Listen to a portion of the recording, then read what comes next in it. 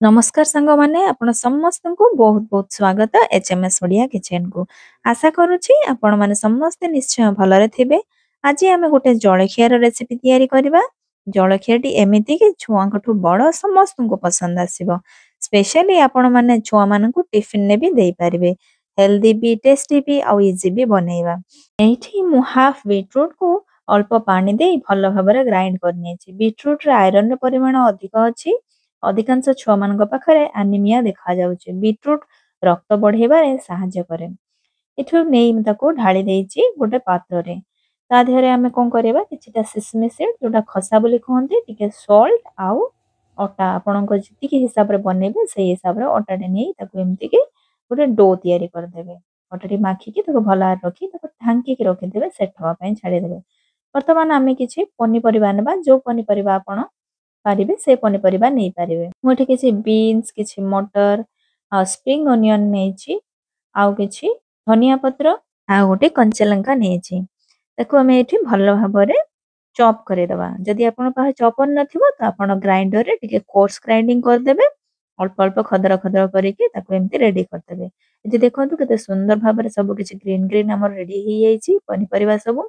छोटे छुआ मान को सब जणा भी पड़िबनी एम्ति हमें पनिपरिबा देले खाइया पई। ताको वर्तमान काढी रखि दियंतु गोटे पैन नेकी अल्प किछि सोरिष तेल ता धरे दे गोटे चम्मच सोरिष तेल दे ता धरे अल्प हेंगु पकाई दियंतु। जोटा कि हेंगुटा बहुत भलो डाइजेस्ट करिया पई छोटे छुआ मान पई भी भलो बड़ लोक मान पई भलो। मु एठी अल्प कला जीरा नेछि ता धरे तापर अनियन पकाई देछि। अनियन पकाई देला परे ताको टिके फ्राई होबा पई छडंतु। अल्प टिके गोल्डन ब्राउन हे गेले टिके सॉफ्ट हे गेले बहुत भी करिवेनी और टिके सॉफ्ट हे गेले तापर हम जो मिक्सर रखिथिले हमरो पनिपरिवार ताको हमें ऐड कर दवा। ता देरे सॉल्ट मु एठी दे देछि। सॉल्ट दे देकी वर्तमान ताको टिके हमें ढांकी के किछि समय पई रखि दबा। ढांकी देले पनिपरिवाटी अल्प सिझी जिवो ता संगर ता जो पानी अछि सेटा अंश भी मरि जिवो। ताहले हमर रेसिपी टे बहुत भलो रे बनिबो। मोरे ब्लैक पेपर किछि आउ किछि चाट मसला नेथिली। वर्तमान मठी पर्पल कैबेज नेछि आपण पखरे ग्रीन कैबेज थिले भी आपण नै परिबे आराम से। एटी नै कि ताको भलो भाबरे मिसै देछि। यार भी टिके मॉइस्चर सारी दे मॉइस्चर टिके ड्राई कर दबा ताको टिके ढांकी दबा। ले कंचा कंचा लागिले छुआ माने खाइबे नै। तापर अल्प पनीर बनेछि आपण घरर पनीर नै परिबे बाहर पनीर को भी मैश करिके नै परिबे। एम्ति हे गेला हमर रेडी हे गेला मिक्सचर टी। एपे मु जो अटा डोटी रखिथिली ताको सब एम्ति गोळा छोट छोट गोळा करिके नै जाईछि। ताको एम्ति पतला पतला करिके आपण बेलिबे। नहले आपणको पॉकेट बहुत बढ़िया हबोनी मोटा लागिबो।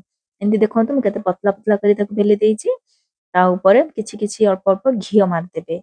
घियो मार देले कोन हबो बासना भी हबो पॉकेट फांका फांका लागिबो छुआ मानन को खाइया पई बहुत भल लागिबो।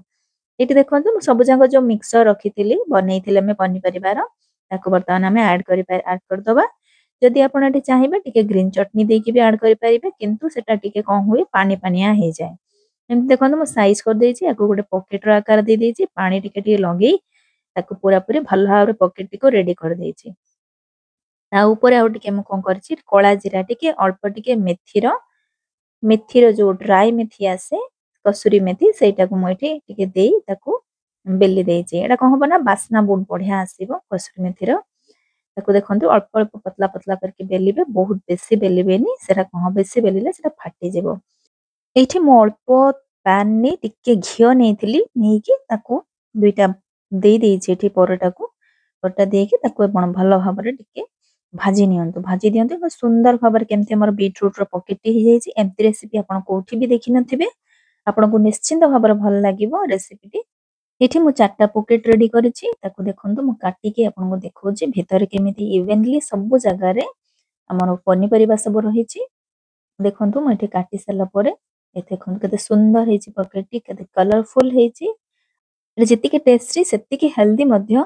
जदि आपण को छुआ को पनिपरिबा बहुत भी भल लागेनी ताले आपण चाहिले किछिटे आलू नेकी बॉयल आलू नेकी ता धरे ऐड करि परिबे छुआ निहाती आपण एको खाइबे बहुत भल रे खुशी रे खाइबे। एटी सुंदर भाबरे देखंतु आपण को जदि वीडियो टी प्रकृत रे भल लागिता दया करी सब्सक्राइब लाइक एंड शेयर करिवा को जमा भी भूलिबेनी। अनुरोध रहिला मोर आपण बनेइला परे मते कमेंट सेक्शन रे जणांतु आपण को पॉकेट टी केमिति हेथिला। धन्यवाद नमस्कार जय जगन्नाथ। आपण को दिनटी मंगलमय हेउ।